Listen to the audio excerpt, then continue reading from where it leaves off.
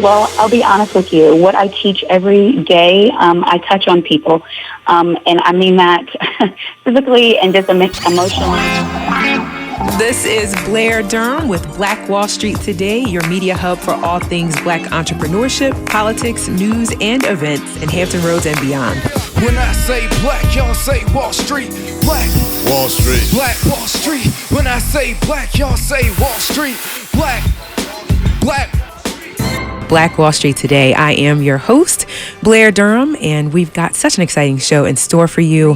Before we get started, you are invited to join the conversation online. Follow our hashtags, Black Wall Street Today and hashtag add this to the list. Like us on Facebook at Black Wall Street Today and subscribe to receive updates from our regional Black Chamber of Commerce, Black Brand at www.blackbrand.biz.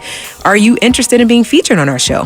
Visit blackwallstreet.today and submit your information. We would love to have you and your perspective. We're going to jump right into our first guest for the second installment on our Stocks and Entrepreneurship series, introducing stock market and entrepreneurship with Hampton University alum, Mr. J.R. Fenwick, founder and CEO of FlipThatStock.com and award-winning author of How I Quit My $100,000 a Year Job. J.R., are you there? I am. How you doing? I'm doing so well. It's good to hear your voice this week. Thank you. It's good to be back. Listen, I saw your feature on blacknews.com. What is it that you are doing by way of your platform to recreate Black Wall Street, JR? Well, what we did was we really have created an educational movement where we have a goal of training 1,000 beginners. They don't have to know anything about the stock market. And we want to teach 1,000 beginners in the year 2019 how to get started in the stock market. Everything from, what is a stock? How does the stock market work? How do I open up a special account to trade stocks? How do I find stocks? What software do I use? Everything from A to Z, so that they, within this year period of time, become proficient and self-sufficient. So we're not teaching them to say, hey, we're just going to follow JR and what his stock picks are. No, it's you're going to be able to find the stocks. You're going to be able to do the techniques yourself. And so that's our mission, and that's our way of helping recreate Black Wall Street. And we're going to be setting up hubs all across the country, kicking it off in the D.C. area, D.C. and Maryland area. But we will be coming down to my alma mater, the Hampton Roads area, and I'll be talking to you about that, for the date and time of the seminar when we come down there. So it's very, very exciting. Got it. So let me just recap. So 1,000 new folks that are stock market proficient is your goal for 2019 via these hubs that you're creating. I think it's a fantastic initiative. So let's get into some of the nitty gritty right now. Let's talk about the 11 no's of the stock market. What can you share with us? Okay. And let me say this real quick before I get into that. Yeah, go Imagine, when we have something happen in our community, if it's police brutality or whatever, there's injustice. Oftentimes we'll see 1,000 people or more out in the streets marching and chanting and protesting and all that. So imagine if we had that same activity, and this is the goal, but now we all know how to trade in the stock market. We all know how it works. We all are enhancing our education, our confidence, and our finances. So this is really a like I said, an educational movement along those lines. And that kind of ties right into, thank you. That kind of ties into some of the no's that you were asking me about. Like, what are these no's that you're talking about when it pertains to the stock market? The stock market, irregardless of if you're in school, if you have a job, if you're an entrepreneur, it's a perfect fit because it has these no's, meaning there's no office required. There's no expensive equipment that's needed. Really you just need a laptop or your phone or tablet, and most people already have that, and an internet connection. if you already have a business, you don't want to take on a whole nother business. So there's no hiring, there's no firing, there's no accounting that has to be done for employees. There's no selling of products, no recruiting. There's no boss. There's no limits on the income you can make. There's no degrees or certificates or licenses needed. There's no confinement, meaning that as long as you got your laptop, you can do this from anywhere. Anywhere. There's a lot of appeal there, for sure. Yeah. So that's one of the reasons I love it, is because, you know, there is no confinement. So it's almost like the ultimate freedom tool. And there's no knowledge-based restrictions. So what I mean by that is, like, there's no, it's unlimited learning opportunities, and that's equally as important as the money, because when you go out and you know how the market works and you're talking in different circles, you walk different, you talk different, and what price do you put on that? So that's what I mean by the nose of learning how to trade stocks, flip stocks, invest in the stock market. That's good. If you're just tuning in, this is Blair Durham with Black Wall Street Today. We've got the pleasure of having Mr. J.R. Fenwick sharing in the second installment on stocks and entrepreneurship, just going over the 11 no's of the stock market. I actually thought we were going to talk about 11 no-nos of the stock market, but you mean sort of 11 spaces where there aren't any challenges for folks that are making money with the stock market. I love it. So what is the stock market? Do people know what a stock market is? What's a stock market? Yeah, I mean, a lot of people don't. And a lot of people really don't understand what a stock is. And so you really got to start there. Just help people understand that a stock is nothing but a slice, a sliver, or what they call a share of ownership in a company. And a company would divide itself into these pieces and sell them to the public because they want to raise money.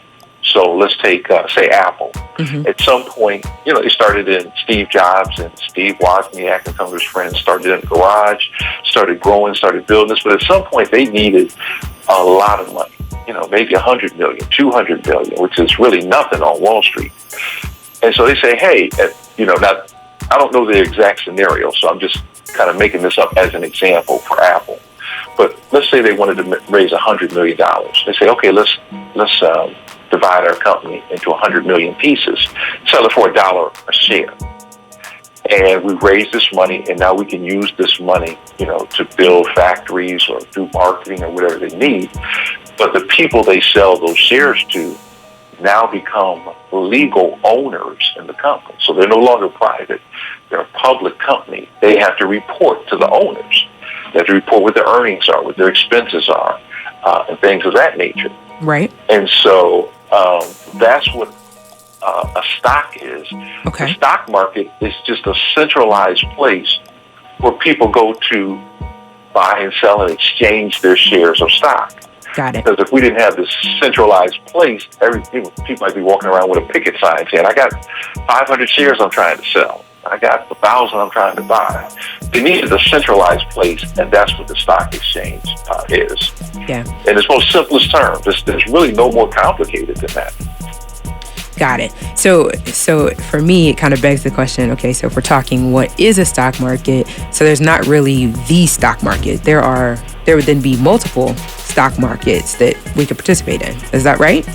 Yeah, is there just one central stock market, or? Well, most people have heard of the New York Stock Exchange, but there's multiple exchanges out there. It's kind of like, the first thing that came to mind was like an octopus with many legs out there, but they all feed into this, this centralized body. So there's a lot of different exchanges out there that people can go through, and sometimes when they place an order to buy and sell a stock, it's routed to all these different exchanges they may not even know about. But I try and keep it as easy to understand as possible. And if you think of the stock market, it's just like a big flea market where everybody shows up to either buy their stocks or exchange their stocks or sell their stocks. That's really the general concept. Okay. I'm with you. So if you're just tuning in, we are here with J.R. Fenwick, who has an initiative underway to develop 1,000 new stock traders or investors. And so we're just going through some of the basics in terms of how a stock market operates, what a stock is. What time does the stock market open, JR? You know, that's a good question. I always ask people that at my seminars. I start off by saying, who likes to shop? Right. Who likes to shop? And there's always hands that pop up, and I say, you know, what time is your favorite store open? And people are like, oh, you know, it opens at 9 o'clock, it closes at 6 o'clock, and on holidays it stays open till 11, and they know all this stuff. They know all the details. The stock market open. They know all the details. I said, what time does the stock market open? And I've spoken to thousands of people across the country. Out of those thousands, to date, 11 people, and these are some of the most well-educated folks on the planet, 11 knew what time the market opened. Wow. Of thousands of people. 9:30 out of thousands. So for the record, what time does it open? So for the record, it opens at 9:30. 9:30 a.m. It closes at 9:30 a.m. It closes at 4 p.m. Eastern Standard Time. Got it. That's the store. That's the most important store people need to know. You know what time it opens, because these very stores, if they know that their hours are stores they can buy stock in, and they don't even think about it. You know, so it's quite interesting. But yeah, those are the hours: 9:30 to 4. 9:30 to 4. Okay. So tell us what a broker is with regard to the stock market as we're winding up here. Okay. So a broker is just a middle person. A broker is just someone who facilitates a transaction between a buyer and a seller. Okay. So you have somebody say, you know, they want to sell the stock. Somebody wants to buy it. So the broker is really the one who goes to the stock exchange and grabs all these shares, and then it's the middleman that facilitates it. And you have these brokerage firms, E-Trade, TD Ameritrade, Scottrade, Charles Schwab, Fidelity. Okay. We've heard of all these. Yeah. That's all they are is middlemen between buyers and sellers. So are they necessary? Do we have to have a broker in order to enter the stock market? Yes. Unless you want to go, say you wanted to buy some stock in Coca-Cola. You could contact the company the old-fashioned way, send them some money, and they'll send you a stock certificate in the mail. Nobody does that anymore. Got it. Everything is electronic. Right. So you just go through your broker, and within a matter of milliseconds, you have that boom, certificate. You have the stock, yeah. And you can get rid of it just as quick as well. Tell us. You definitely want a broker. You want a broker. Okay. So tell us two major things that people do with stocks. So the two major things that people do with stocks is, now there's many things, but there's two major ones. They typically invest, and that just simply means that they buy and they hold that stock, those shares of stock for a year or longer, or they trade the stock. And all that simply means is that they're buying and selling the stocks over a shorter period of time, which could be months, weeks, days, hours, minutes, even seconds. Got it. So trading and investing are two different things. All right, so investing longer term, year or longer. Okay. And also, investors buy low with the intention of selling high somewhere down the road. Traders, we can make money when the stock goes up and when it comes down. And that's a whole other topic, but that's perfect. Your listening audience just pays attention to that. Traders can make money when stocks go up and when they come down. Perfect. Well, we got to wrap up, JR. We got to wrap up. This has been great, but I want to let folks know we'll be back next week with the third installment. This segment was brought to you by flipthatstock.com, the leading education and technology company that specializes in teaching beginners how to trade in the stock market. Thank you so much, JR. Hey, thank you. Enjoyed it and looking forward to next week where we continue the conversation. Yes, as am I. Thanks a lot.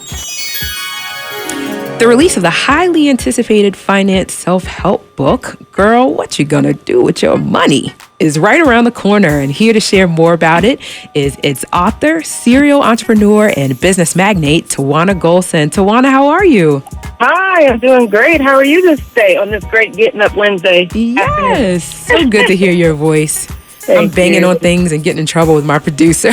You know you're my fave. Tawana, please tell us about the book. Why do we need it? Why do you need it? Everybody needs it, not just girls, but guys. To guys who've been buying the book, thank you, guys. We all need it because we just need to get our money straight. It's the beginning of the year. You know, it takes 14 days to form a habit. I got 14 chapters in there. If you just take one chapter a day, make minor changes in your life, you can change the trajectory of your financial life. So I wrote it because so many people asked me, Tawana, what do you do? And I said, you really want to know? So now I have a book, and I'm so excited to share that with you guys on Saturday as we launch it. I was just going to say, because, you know, people launch books all the time, but then you have the Tawana Golson way of doing things, which says, you know what, it's my birthday, I'm going to have this big old event. So let's talk about, like, the event itself. The event itself, okay, so what it's going to look like, a whole lot of surprises from what they tell me. Some things I'm not privy of because it is my birthday, so I guess they want to surprise me again. Wow. So I'm not privy to some of it, but we are going to have some celebrity guests. We're going to have people reading, including men that are going to do some readings. You're just not going to hear me. You're going to hear readings and testimonials and a little bit of music and a little bit of celebration, but just to really get down to what the heart of the book is, and that's about getting our money right. Tawana, I can't wait. I can't wait either. Are you going to be there? I am going to be there. Look, I think I was one of the first to sign up. I'm super excited to get my copy and get it signed, and just, I know that's going to be a high energy time. It's going to be, at the beautiful Slover Library. I love it. We sold so many tickets that we actually have to ask them for an additional, a larger space. So I'm excited that they have it available for us. Yes. So how can we get a copy? Or how can we get tickets, or is there still access? Yeah, you can actually, although we haven't advertised it as access, but when people come, we're not going to turn them away because we know people can bring people. You can just come and buy the book at the door, and then we're going to announce that day where else you can get that book. We just haven't announced that yet. Okay. So are there still tickets available via Eventbrite, or? Yeah. Okay, you can go to Eventbrite. Okay, Eventbrite, TawanaGolson.com. Put my name in there. If you put my name in there, you'll find me. If you go to TawanaGolson.com, my email, you can also click on buy the book, pre-order the book, and it'll take you to Eventbrite as well. Okay, perfect. Okay. And I just want to, can you spell that out for our listeners? Because people call after the show and they're like, what was that one guest name? And how to spell my name? It's Tijuana. Like the city of Mexico, GHOLSON.com, TawanaGolson.com. And I just want to shout out Tawana for all reasons. She's not just this newly minted author. She's also just a business coach par excellence. If you're looking for coaching, if you're looking for co-working space, what else you got going on, Tawana, that folks need to know about? Man, we're launching other businesses as well. Many of my current clients, they're coming out with new businesses, new book launches. It's not just me. It's not just about me. It's a community that we're building now. So you guys just keep your eyes open and your ears open, and follow me on TawanaGolson.com, and you'll see the other launches as well. Okay. I love it, Tawana. One more time, spell out the Tawana Golson. Let folks know where they can get tickets for your event happening this weekend. Did you say for sure that it was? Okay. I just want to make sure. I'm not sure if we said that it was Saturday, what time it starts. I know we said Slover. We did. Just give us the identifying details. Yes, it's my birthday, y'all.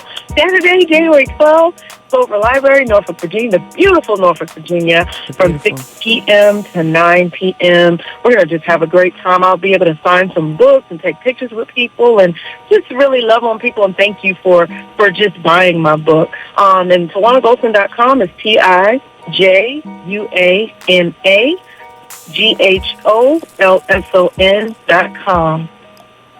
Perfect. I love it. Thank you so much, Tawana, for being with us today. And again, we look forward to seeing and engaging with you on Saturday. Happy birthday in advance. And thank you for all you do in our community.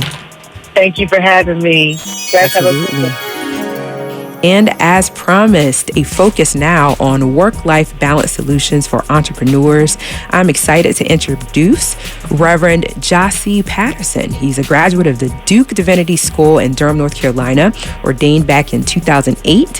He is a husband and father of 5 children, has a passion for people in extreme broken places, actually pastors an online ministry, and is an entrepreneur himself. Mr. Jossie Patterson, how are you?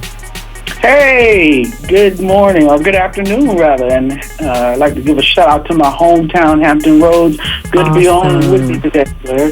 It is great to have you. Look, I started to read through your entire bio, but I figured some of this information you might like to tell us yourself. So if there's anything more you want to say by way of introduction, have at it. But I'm ready to hear, because I am an entrepreneur who struggles with the work-life balance piece.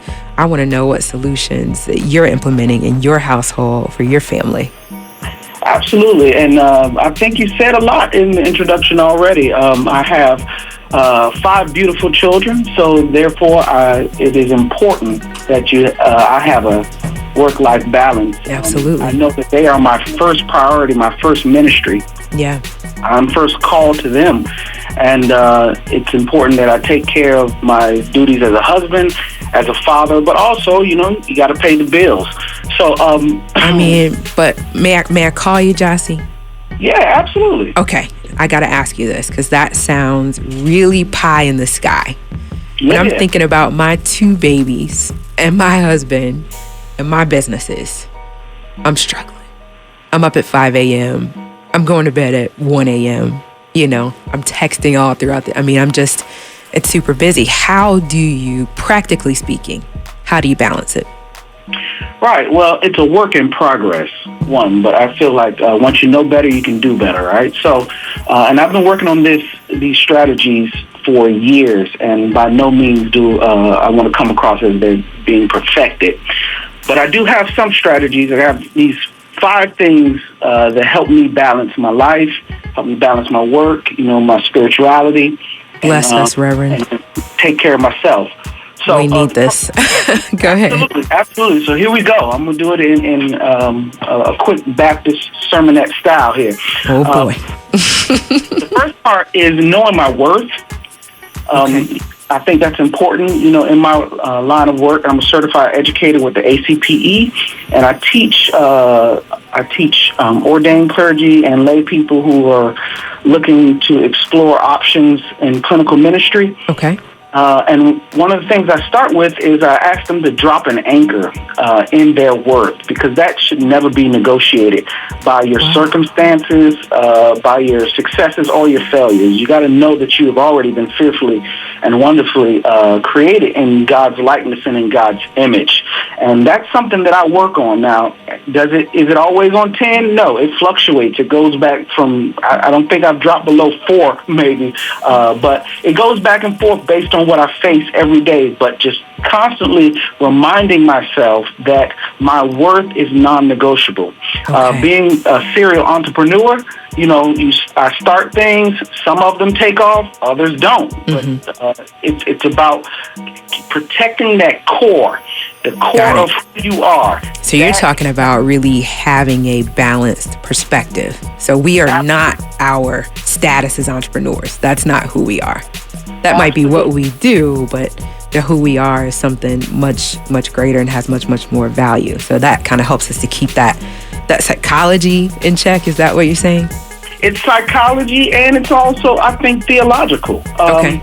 Even in the scriptures, they tell us, like in Psalms 139 and 14, it talks about how you're fearfully and wonderfully made, and that God's works are wonderful. So you are wonderful. And it tells us that we're made in God's likeness and in God's image.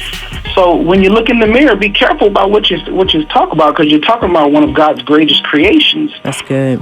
I like it because we take a lot of bumps and bruises, and we definitely can benefit from a daily refreshing of the truth. So I think that's huge. I'm taking notes. What's the second one? Absolutely. I believe before you get started on like your aspirations, your dreams, starting a business, you have to have a healthy relationship first with yourself. That's good. And that's the core of knowing your worth. Number two, and for a healthy work-life balance, I want to just stress that workaholism is not a virtue. Okay? And I believe it stems from when we suffer from an inflated sense of self. You know, like if I don't get this done, the world is going to implode. That's not a healthy way to start looking at pursuing your dreams and aspirations. Wow. I look at it as God has given me an idea. Okay. I might be the only one on the planet with it, but I know that if God has given it to me, then God has to prepare me and also has to equip me to bring it into fruition. Okay. So it's not all about me. And that is a huge stress reliever. It's not all about me. The plans, the dreams, the aspirations that we have, the businesses we want to start. It can't be about, I want to be successful, I don't want to be rich and famous, and if I don't do this, then the world is going to end. Nothing Love that one. Back to the end. That's good. That's good. Yeah, I think this world kind of pressurizes work and this sense of productivity, and so to have, again, that healthy spiritual balance to say, wait a minute, there's a bigger picture than just you, and this thing has to develop. I think that's great. What's number 3? I'm moving us along because we got just a few minutes. Number 3, stress management and anxiety management. In my business, we talk a lot about anxiety. I believe anxiety is a normal human emotion, and when it is managed well, it can be a good motivator. When it is too high or extreme, it can impede us and lock us down, petrify us, and prevent us from moving forward. So just managing that. Since anxiety is, if you want to get into the biology and the physiology of it, anxiety can be managed through physical activity many times, to keep it at normal levels. So it's important to have some type of regimen in your life where you manage your stress. It can't all be always on. You can't always have stimuli coming in, especially with the usage of social media and devices. We're always looking at our text messages, having to update, having to tweet, having to post on Instagram, having to check our likes and things like that. Watching TV. As a matter of fact, if I can be a little transparent, I have a therapist, and my therapist told me, she was like, what do you like to listen to on your way to work and on your way home? And I told her I listen to talk radio. She was like, what does that do for you? I was like, it gets me riled up. And she was like, and you wonder why you walk into the house amped. Turn it off. Have some quiet time. So downtime away from that stimuli. In your bedroom, turn the TV off. Let your bed that be a sacred place of management and meditation. So being intentional about creating that. I love that. Absolutely. That's good. Give us 4 and 5. I'm sorry. Go ahead. We're going to have you back, Jossie, I promise. Hey, absolutely. Start living and stop existing. Take some agency over your life. All right? You're not a victim. And if you have been victimized, that's okay. There's redemption for you. There are people out there who can help you. There are programs out there who can help. But if you live life like a victim, then that's how you're going to see the world. And so when you think about that one in the context of entrepreneurship, how do you see it kind of tying in? I'm thinking about when I think about start living and stop existing, sometimes we kind of get caught in that rut, that routine of just going. But pausing to kind of smell those roses, I think is very important. But it sounds like you might be hitting at something a little deeper. Yeah, well, stop waiting for permission to live your dreams, to start your business. You don't need permission. If it has dropped into your spirit, that's all you need to get That's started. All you need. Now, that's really good. Because I think a lot of times we're looking for that support from those family members, those friends. And, we typically don't get that till after we're successful, So I love it. What's number 5? Number 5, and I have to bring this up. We have to improve our health, especially in the African American community, and other communities of color, where you might be living in an area that is like a food desert. You have to be intentional about taking responsibility for your health, making better choices, and start to eliminate some of the toxic things that we put into our system. Yeah, love that one. Yeah, and that it starts with the biology of it all.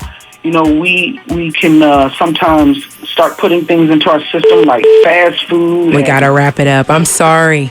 But please let us know, Jassy, how can folks get a hold of you? Because I know folks are going to want more of this great information. How can they reach you? And then we got to transition. Absolutely. Check me out on social media. You can go to One Church RDU, or you can reach us on Twitter and Instagram at One Church RDU, or look me up on Facebook, Jassy Patterson, Gyasi. You know how to spell Patterson. An incredible online ministry. Thank you so much, Reverend Jassy. It was great having you. I look forward to bringing you back at least quarterly because we need this reminder. So again, thanks for your time today. No doubt. Thank you, Blair. Appreciate it. You are welcome. All right, I've got just a couple more announcements here as we segue into our last guest of the day. I certainly want to share that the 2019 Black Business Gala, sponsored by the Greater Durham Black Chamber of Commerce, is about to happen February 2nd, 2019 from 6 p.m. till 10 p.m. You can join the Greater Durham Black Chamber of Commerce there in Durham, North Carolina, as they celebrate the outstanding and continuous history of Black business development in Durham, North Carolina. As we know, Durham, North Carolina was home to one of the several Black Wall Streets that have existed here in the United States. So this gala will honor two deserving individuals that have made a significant impact as leaders in the business community. You're invited to help them celebrate their honorees for their many contributions. The GDBCC will also award 3 businesses for their efforts at the Black Business Gala. Join them as they recognize an emerging business, a long-standing business, and a community organization. And our last guest of the day, Miss Sharon Lester. She's an accomplished fitness professional, so she'll help us with Jassy's number 5 there. She's maintained and taught over 25 fitness certifications and fitness formats over a 20-year career, alongside the experiences gained within her bachelor's degree. She's got an exercise and health promotion degree from my alma mater, Virginia Tech.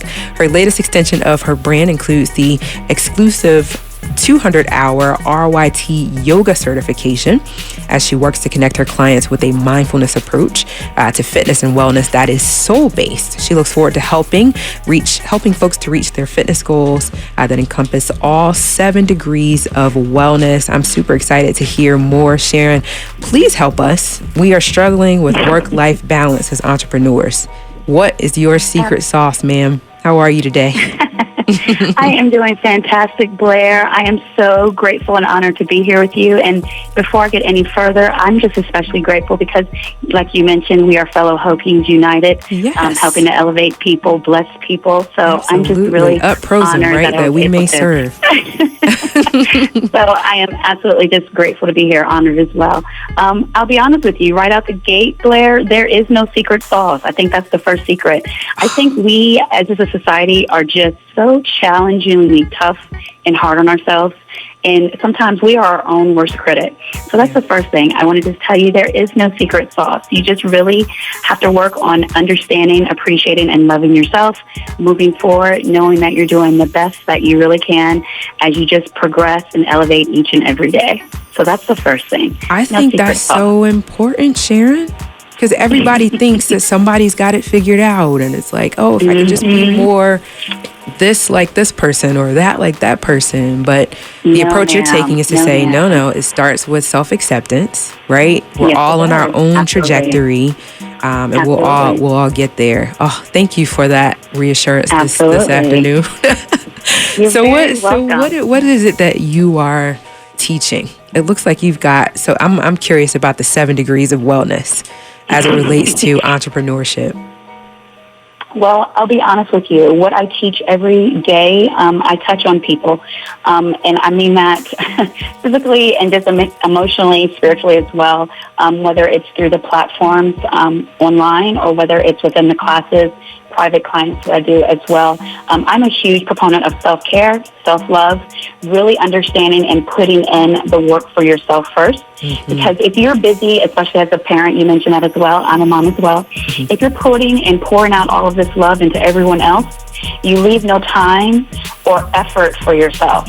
So I'm very much about putting that effort in with yourself first. And it's not a selfish thing to care and love for yourself first. When you really are uplifted and you really feel good about yourself, how do you walk, Blair? Don't you walk a little bit taller? Yeah, hold that head a little bit higher. Absolutely. Yes, head's a little bit higher, those shoulders are back a little bit more. It honestly is just a better way to just lead forward within your professional, personal life as well. As far as the 7 degrees of wellness, I mean, it's really, everyone kind of knows the basics, right? They know about fitness. They know about spirituality, right? Sure. They understand and know about, the physical aspect as far as nutrition is concerned. But honestly, I don't want to get people all caught up in, I have to do all these things all the time in order to be totally fit. Really take it back to just the beginning. Understanding, to look good, you need to feel good as well. And when I say look good, I'm not even talking about a six-pack.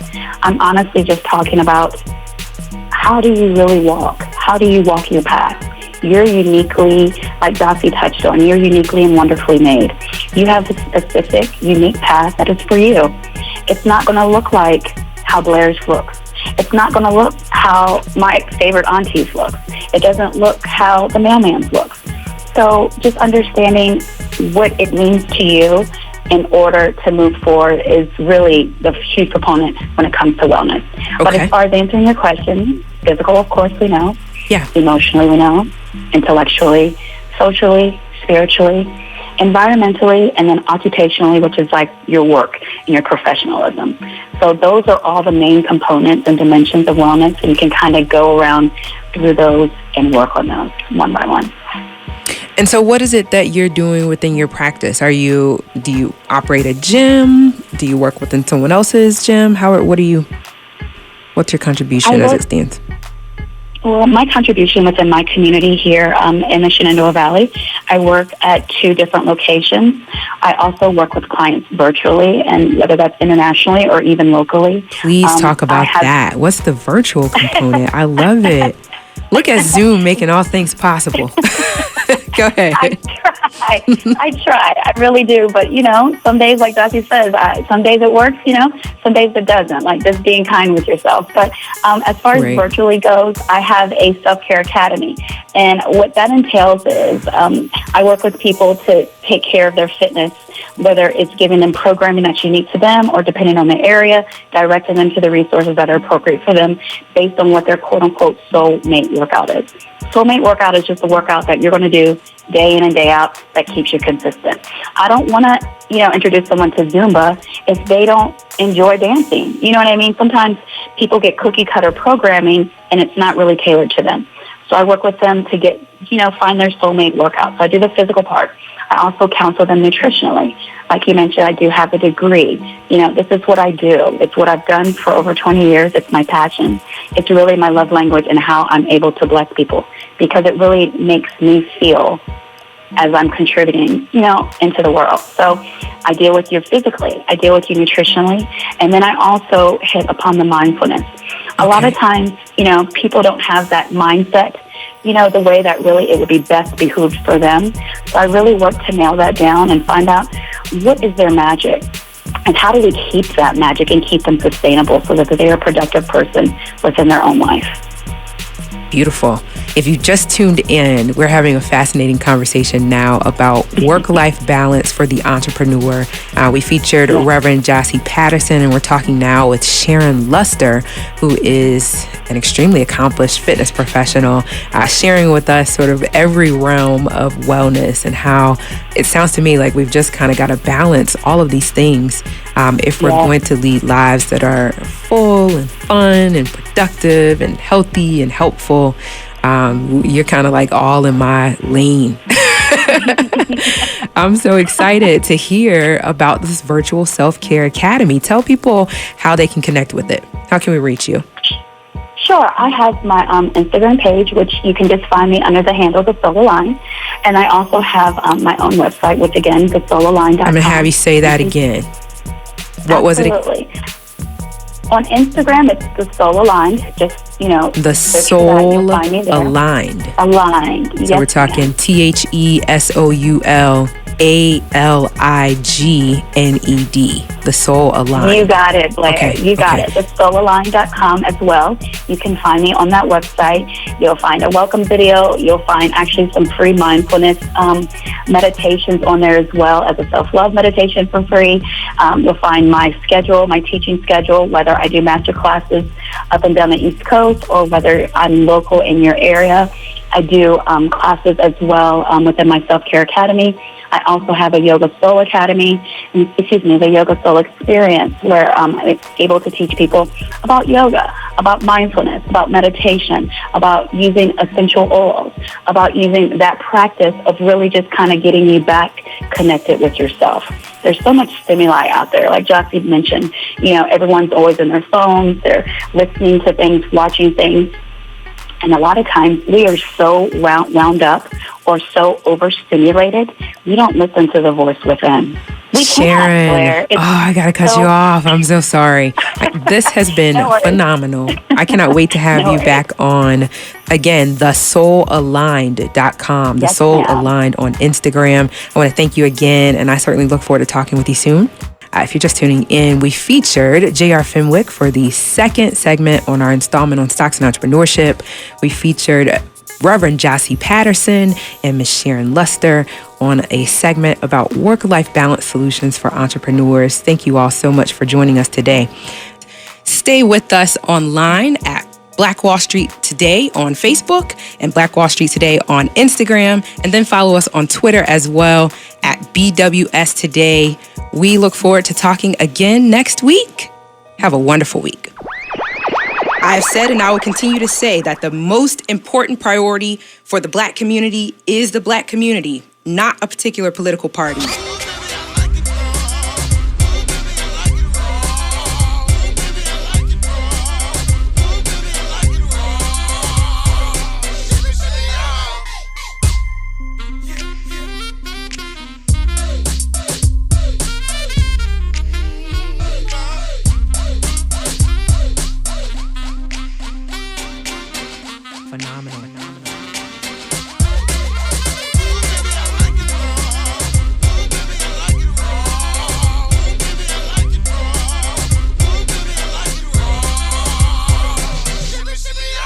Phenomenal.